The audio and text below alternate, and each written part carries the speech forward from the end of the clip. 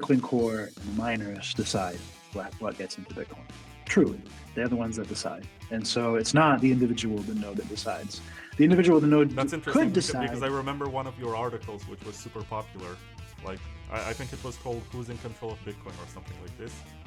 And Yeah. you were presenting nodes as the absolute source of power. Well, they still are. It's just I would probably rewrite the article a little bit differently to cover some errors, but you still are fundamentally, but functionally, practically, you're only ever going to be able to like express yourself by disagreeing. You know, either by selling your Bitcoin or running different rules than the Bitcoin that you disagree with. And so you ultimately would have to express your disagreement as a fork as well. And you need devs to help you do that. And you need miners to help you do that to make it true. And so the reason that I think that you see soft forks being treated not that much differently than you might treat a hard fork is a passive acknowledgement of this power. In other words, what Bitcoin Core knows is all they can really do is arbitrarily decide some level of rough consensus of their peers. In other words, the people they know in Bitcoin Core, the people they talk to about Bitcoin Core, they can do a personal assessment as to what the sentiment is on a certain soft fork, and they can decide as a group. Oh, among the 20 people I know that work on Bitcoin Core that I trust, they think that this is a good soft fork. And so then you will see that person will say, I think this has rough consensus.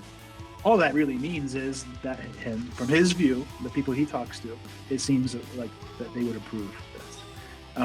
But that's obviously nothing, right? Like that's what percentage of Bitcoin is that? Like how do you justify this level of power? Because what happens is you end up having ultimately between the miners and the devs, maybe 20 people deciding on whether to formally introduce a soft fork.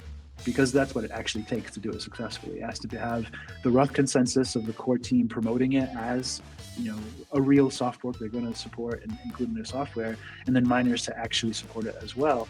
And that's why a soft fork actually is oppressive. The soft forks eventually become effectively hard over time once they're adopted. And so they are serious business. And they're serious business and they're a serious exploitation of the trust of users in Bitcoin. And so it is an extremely speculative thing for Bitcoin Core to add a complexity, to add a soft fork, to speculatively change the code of Bitcoin, because it's ultimately a very small quantity of people giving it the real chance that it needs to bootstrap.